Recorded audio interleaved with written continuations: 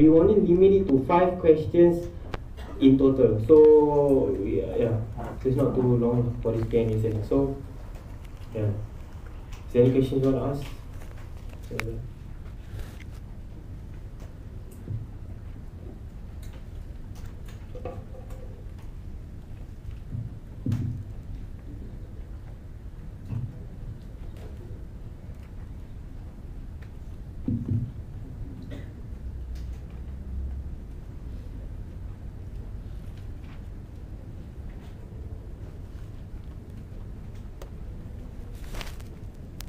Ghouze would like to share something based on the biography of Imam Ghazali. This one he didn't mention, so yeah.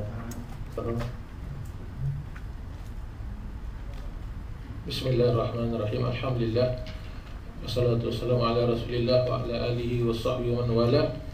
Alhamdulillah, we have actually enjoyed the enrichment of Ust Faizal giving us points from perspective of Imam Ghazali towards the Wasatiyah, and as I sit there, I enjoy so much from his lecture.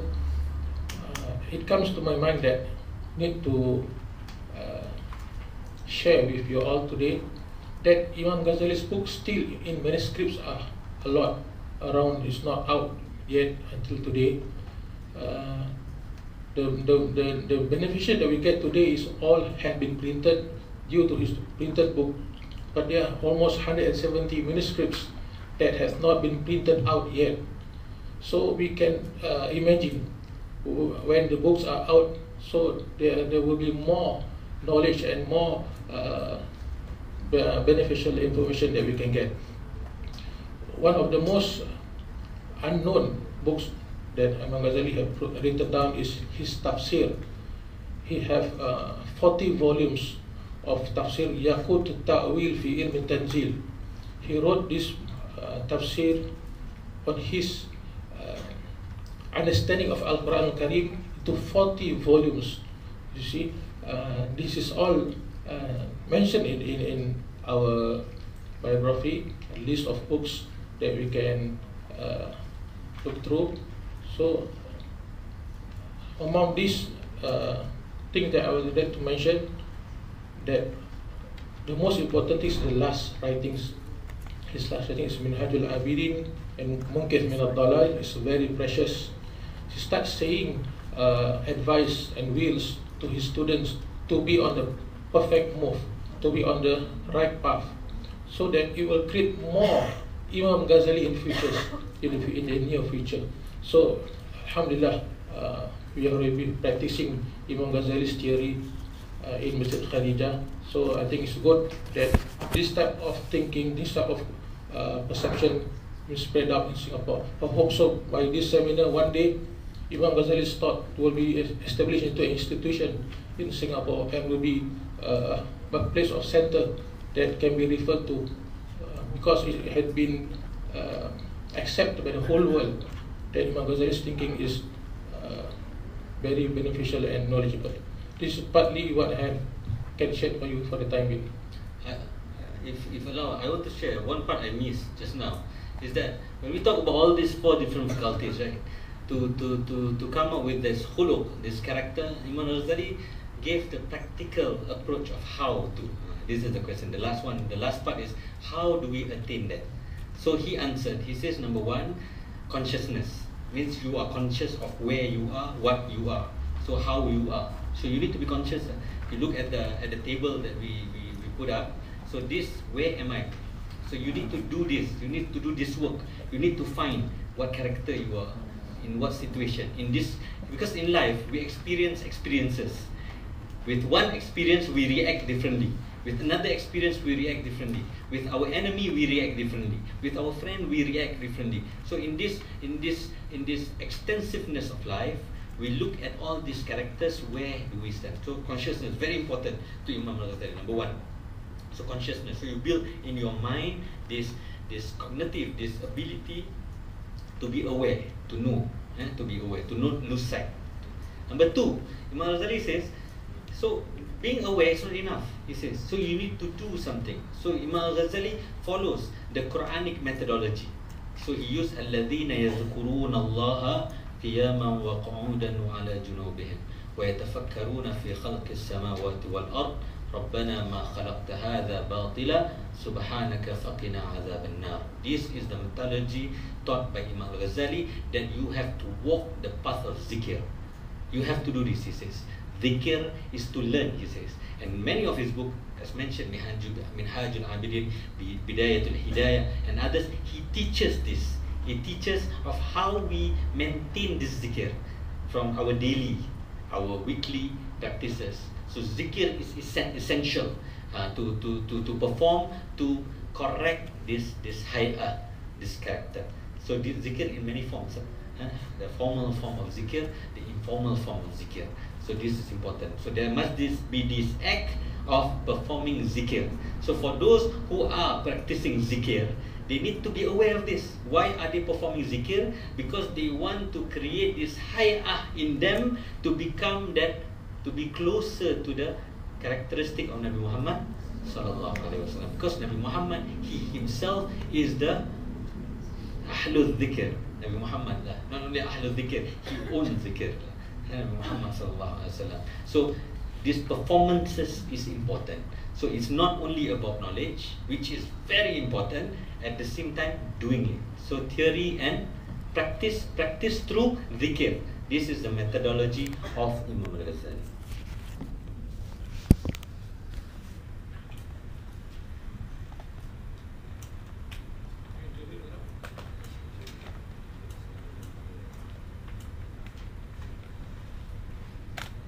Okay, we have one question from the audience.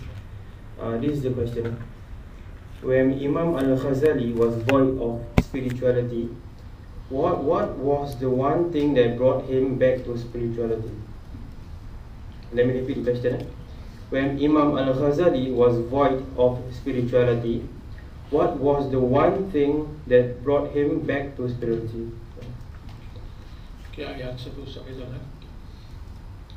I mentioned in the book that during the biography that he come to the stage where peacefulness, ketentraman was not in him, while the knowledge of as a scholar of is in his fingertip, his knowledge of hadith, knowledge of sciences of the religious are all in him, but the peacefulness is not in him. He managed to say out in his Munkiz min al-Dalal that came a time, because it's a struggle, it's a long struggle in his spirit, that he had avoid Sufism, but our spiritualism.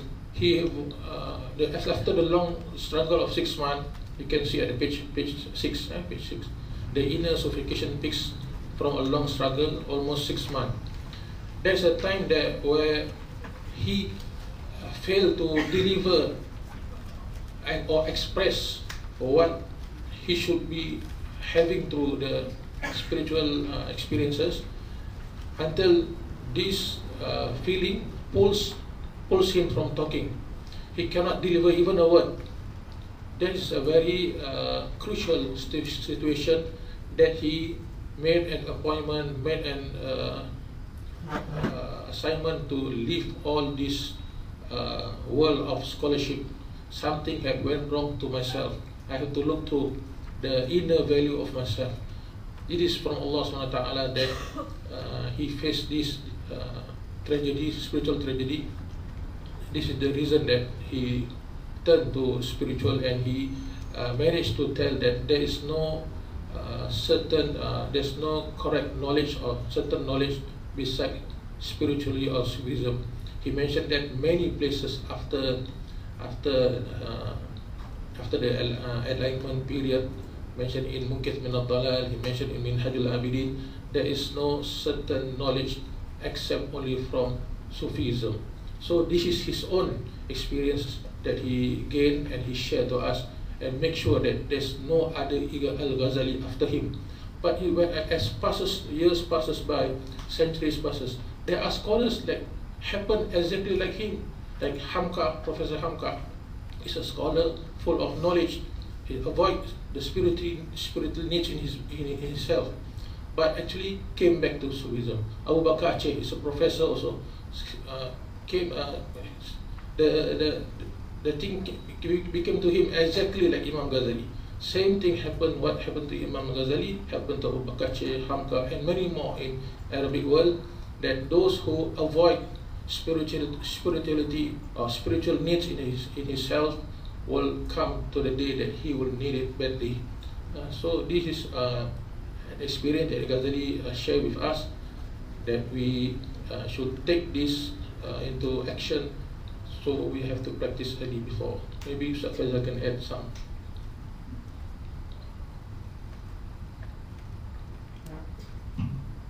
Back to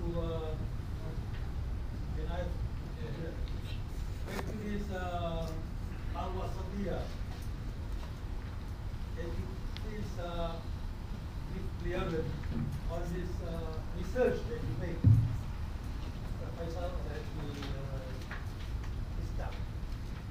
So this balance middle where courage is put in first amongst all the other qualities of al-wasatiyah. Do you mean that that the most that which is needed in this time is courage, or is it in the random that Thank you so much. I think first and foremost, this categorization is done not by not through our thinking, but taking from what Al-Ghazali says. That is number one. So Al-Ghazali says man needs to have 4 different faculties in him. Number 1, he needs to possess wisdom. Number 1, wisdom. Number 2, men have to have courage. Number 3, men have to have temperance, iffah. And number 4, men have to have a just personality, adil. So these are 4 important things that must have. So nothing in that signifies that you have to have only courage first. No. So it works together. It works together. So a wise man have to cultivate his wisdom. A man, because the nature of man to Al-Ghazali is that, like it or not, you will have these four faculties. You have this faculty of anger, you have this faculty of rational, you have this faculty of shahwa, temperance, and you have the faculty of being just. So man have to condition his character with all these 4, so that he will walk closely more to the personality of Nabi Muhammad sallallahu alaihi wasallam. So there is no categorization of courage should be first. For me, the relevance of Al-Ghazali work to us today, after 900 years of his work, to us today is that we have first to learn of his categorization and definition and his understanding first. When he says courage, shaja'ah, what does he mean? So that is the work that we did. We want to compile that to see what he meant.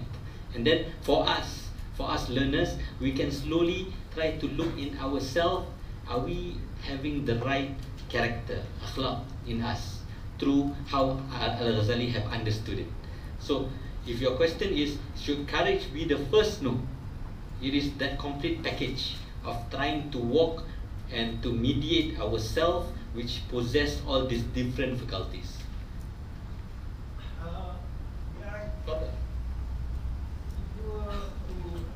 In your opinion, what would be the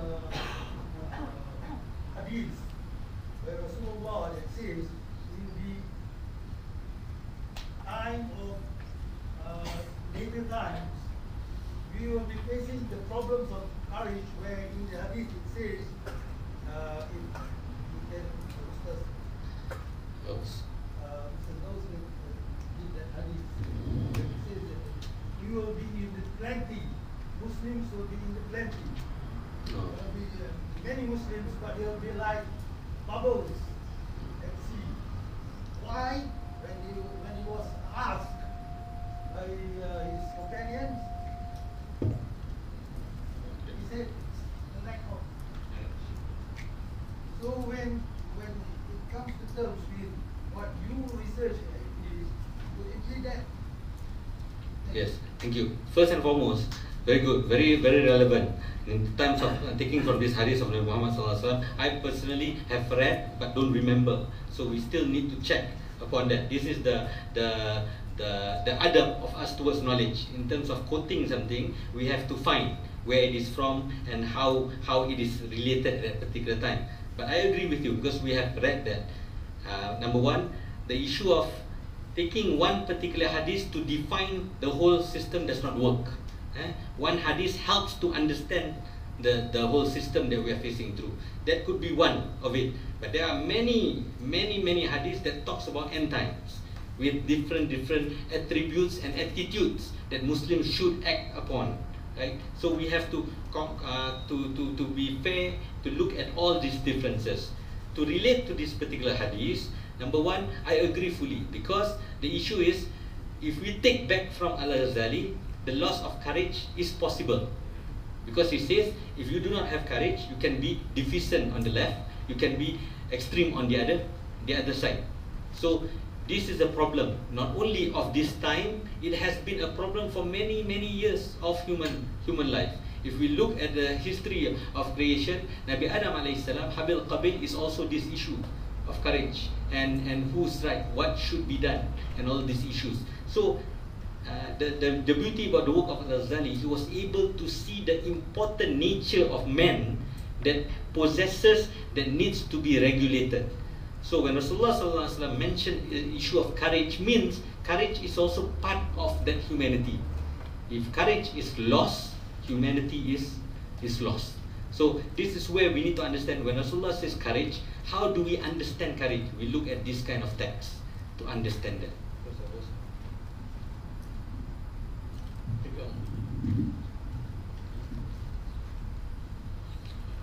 What I understand from our question is that from the hadith itself telling us that we have put courage aside.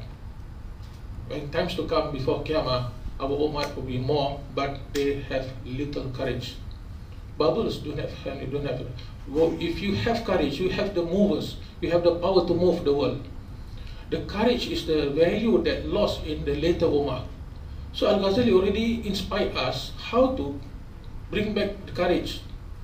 So the hadith is telling us, is a prophecy of the Prophet is telling us what's coming in the future, that people have lost courage. It's like a bubbles.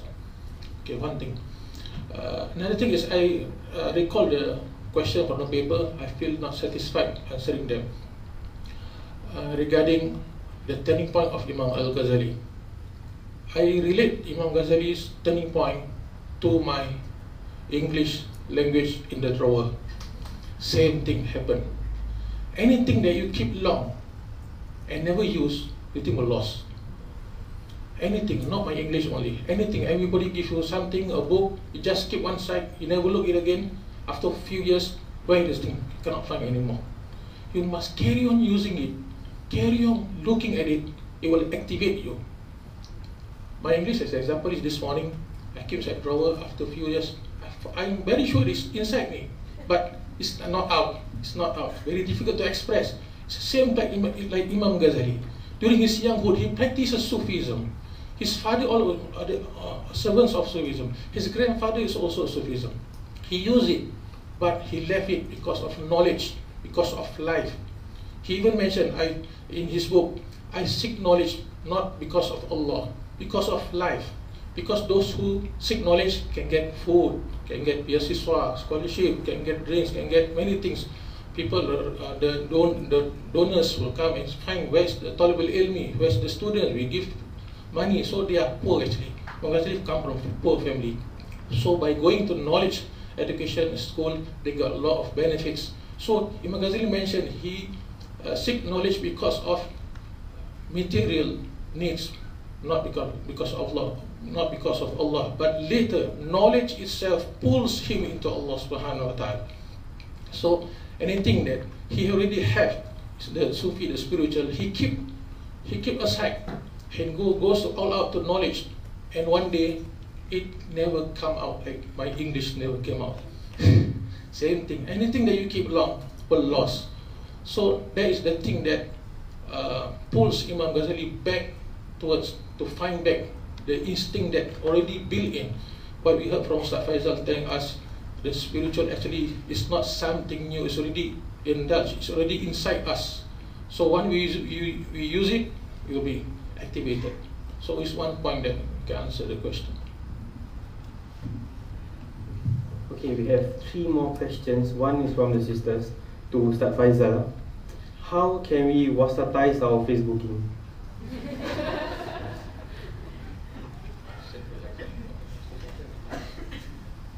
This is our contribution to the English language, as we have contributed something to the English language today. So somebody have to patent it, patent wasatize. I think trying to understand Ghazali's aim is that the Ummah of Nabi Muhammad ﷺ return to his beautiful character. That is his aim. His aim that you return back to your Prophet. And to your Prophet means not superficial, you just know the name Nabi Muhammad ﷺ. It's about understanding the depth of his character, husnul khuluq of Rasul sallallahu alaihi wasallam. You have to know him. You have to understand why he became that great chosen one of Allah subhanahu wa ta'ala. So Al-Ghazali, through this search, understood that for him to become this, the terminology that is used in the Sufi tradition, insan kamil, is to follow the path of Nabi Muhammad sallallahu alaihi wasallam through the character. That is his path. So Facebook ke, gelang market ke, whatever it is, try to walk upon those that he has defined in terms of the categorization. If we have husnul tadbir, if I say I am wise, for example, I think I am smart, do you have husnul tadbir? Are you good in management skills? Do you have husnul hay'ah? Do you have a good magnificence of being in yourself? You are the purveyors, and you yourself are the answer to that question of who you are. So whatever you do in Facebook and whatever, we are not saying that leave all this, no, but it's about how do you mediate it, how do you use that. So when you know that now I'm going to post, I'm going to kill this individual on that other room. So remember Al-Ghazali that he says, don't be too al-ghadab, not to be filled with extreme anger. Rasulullah sallallahu alaihi wasallam many occasions also was angry, but how did he maintain his anger? If in Facebook was used to slander another person, is that part of the beauty of the character of Rasulullah sallallahu alaihi wasallam? No. So you dominate the qibla of your Facebooking through another new word, through the character of Nabi Muhammad sallallahu alaihi wasallam. Very simple. How to do that? Understand the depth as understood by Al-Ghazali. So you read back. So go home. The important thing is, the problem with seminar sometimes, we go home, seminar ni pun dah habis, ini pun letak mana, we don't know after that. So we go back, look. This is the purpose of education, continuously, and this is the methodology of Al-Ghazali, continuously. Why do people do acts that are 40 days, for example? Continuous riyadah. This is done by Al-Ghazali. 40 days riyadah, doing something, fasting, for example, riyadah, because they want to inculcate that hay'ah, that characteristic in you for these 40 days. After 40 days, inshallah, you will have that character in you, because you have educated yourself, make it common, habituate yourself with this particular character through this work that you do in 40 days. So these are the path of tariqah, that they work out such modulus in terms of maintaining and beautifying the character of individuals through riyadah, as recommended by people like Al-Ghazali, so that all these human beings will become closer to the beautiful character of Rasul sallallahu alaihi wasallam. That's it. Okay, the final 2 questions. One is to Ust Faizal and one is to Ust Ghouze. So the first one to Ust Faizal is, with all the distractions in the world we are living in, how do we adopt Imam Al-Ghazali's approach in curbing our nafs and shahwa? That's for Ust Faizal. So for Ust Ghouze, with the access of vast amount of knowledge, with just a click of mouse and using Sheikh Google, how do we define the true essence of knowledge and also preserve the essence of knowledge as well?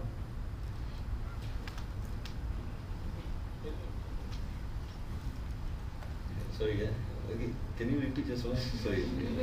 Okay. I was concentrating on Ustaz Ghouze's question. Ust Faizal, with all the distractions in the world we are living in right now, how do we adopt Imam Ghazali's approach in curbing our nafs and shahwah? Should I repeat it? Okay. I think number one, first knowledge. This kind of seminars that Hadijah Mosque and many others, not only Hadijah Mosque, everywhere people are trying to learn. Our insistence of wanting to learn is to understand. So that is important. Islam is built upon knowledge. Rasulullah SAW first revelation, Iqra. So we have to read. We have to be an ummah that reads, and we have to read. Based on what is needed to be read. This is important. Why we introduce Sheikh Abdul Qahir al-Baghdadi categorization of knowledge, to introduce the categories that you need to understand and learn. So this is number one. In this time, it does not matter. Time is irrelevant in terms of gaining knowledge. Knowledge is a constant, continuously. So Alhamdulillah, in Singapore, we have many opportunities to learn from many sources. So that the discipline of learning from a teacher, from whoever it is, and that have the ability to learn, to teach, and understands the bigger goal of education is that for this tarbiyah of this hay'ah, of this character. So we need to learn, number one. Number two is that after learning, it is about practice. The ilm, ain lam mim, ain lam mim, ilmun kan, ain lam mim, so seek knowledge. Then amal, ain mim lam, amal, right? Amal, you have to do whatever you have learned, you have to perform. You have learned about salah, you perform salah. You have learned about zikir, you perform zikir. If you do not know how to perform zikir, you learn how to perform zikir. So whatever that you have learned, you try your very best to do within your capabilities. Rasulullah SAW prayed until his knees became swollen. Rasulullah SAW kept vigil at night, Qiyamul Layl, most of his life before prophethood pun. Rasulullah SAW continuously was with the Quran in his life. Rasulullah SAW, to that extent, his companions divided their life in days and nights. Nights are totally different individuals coming out from that personality. Days becomes another different individual because of their insistence to the importance of life. So these are the path that we need to try to cultivate, that we are able to, in the context that we are in. Moderate how do we do that? Through looking at these kind of examples. So trying to do that, amal, then you will attain lam mim ain. Lam mim ain means excellence. Then you will be excellent. So you have to learn, then try to perform the much that you have learned, and then you will cultivate the excellence of being in yourself in whatever situation that you are in, inshallah. Allah alam bisawab. The question is how to define the true knowledge and preserving the essence of knowledge. Okay, define the true knowledge. It is as though we have to hear what have been said by scholars of the past or people, great men of the past. To get a true knowledge, you have to have a right thinking, the true way of character, right way of character. If I'm not teaching you the 8 folders of Gautama Buddha, the 8 folders of Gautama Buddha means you have to have the right way of thinking, right way of conduct, right way of character. It will result in right way of life. So there's one part. The other part is Imam Ghazali himself. Why he is different from other scholars? We have to refresh back to the history of Salafus Saleh. During Salafus Saleh, it had been time that critical time of political issues and everything. The spiritual or the Sufism group has break into various sections. One of those has made Mahabbatullah as a basic in their worship.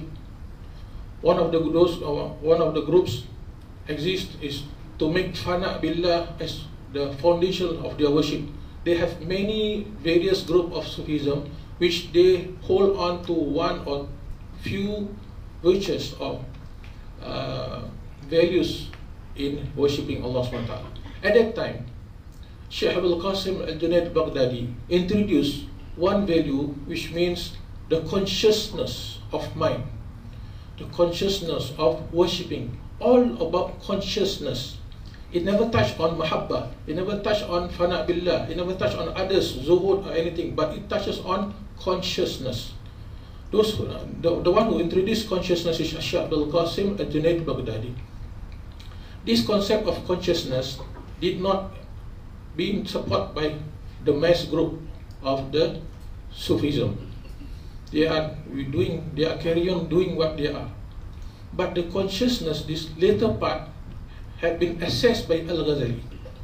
Al-Ghazali looked that writings of Abul Qasim Junaid Baghdadi is the truth and the mother of all virtues, the mother of all values.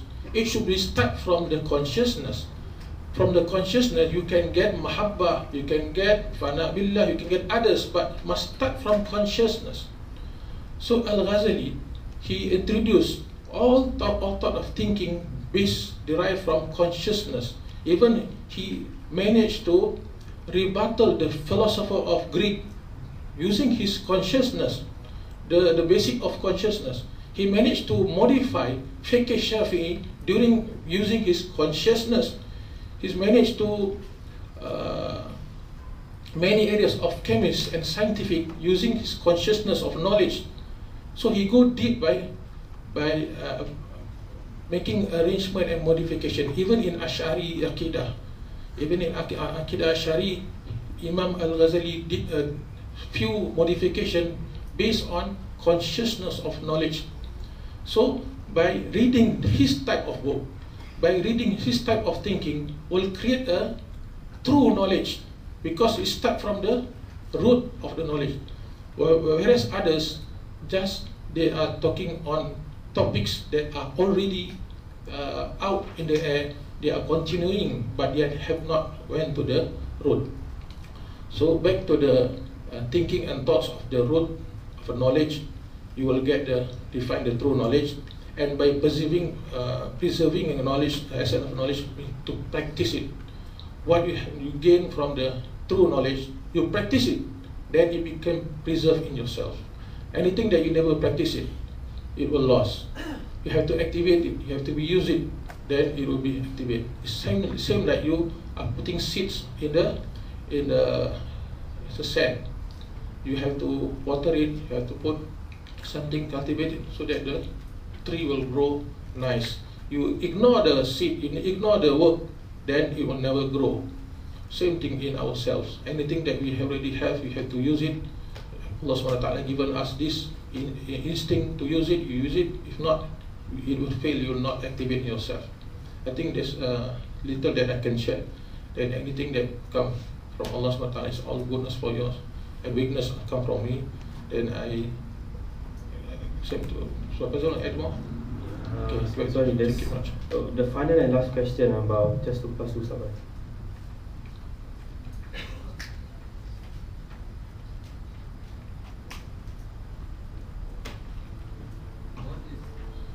What is Al-Ghazali's difference between Ar-Ruh and Nafs? Wow, very heavy, eh? Ar-Ruh and Nafs. Okay, very simple. First, number one, he says Ruh is spirit. This is our understanding first. Nafs is soul. What is important for us is that what I've mentioned is that Ruh is that which makes us alive. Nafs are desires that will define who we are in terms of how we relate towards that. So this is that basic first. Ruh is what makes us alive, but Ruh does not work alone. It needs to have this also that defines who we are. So I will end this session by also saying, after having the characteristic of Rasul sallallahu alaihi wasallam, walking closer to Rasulullah sallallahu alaihi wasallam. What is the ultimate aim? What is the ultimate aim and end of this this methodology of Ghazali is also included in the working paper, what he called as-sa'adatul ukhrawiyya. This is the end. The end is that for all of us to attain happiness. Happiness, most importantly, he says, in the hereafter, because that is the eternal happiness. But he also denote that happiness will have its ability to be felt here in this life. So whatever that you try to do in your life to get closer to Rasulullah sallallahu alaihi wasallam, the end, the fruit is as-sa'adatul ukhrawiyya. Sa'adatul ukhrawiyya, that you will attain happiness, blessed, eternal in the hereafter. Allah alam, and this is what we hope for this kind of efforts that we are trying to do, and may Allah subhanahu wa ta'ala bless all of us and reach us to closer to the way of how Al-Ghazali have understood our deen and Islam, and get closer to Rasul sallallahu alaihi wasallam. Allah alam bisawab. Assalamualaikum warahmatullahi wabarakatuh. Okay, we will now wrap the Q&A session. Sorry for those who have questions. We have another second round of Q&A session after lunch and zuhur, after the chapter 3. So now we end our second chapter. So now let's do proceed to the musalla for zuhur and lunch. For lunch, as usual, the lunch FME areas will be the same like just now for the tea break. So please be back by 1:40 p.m.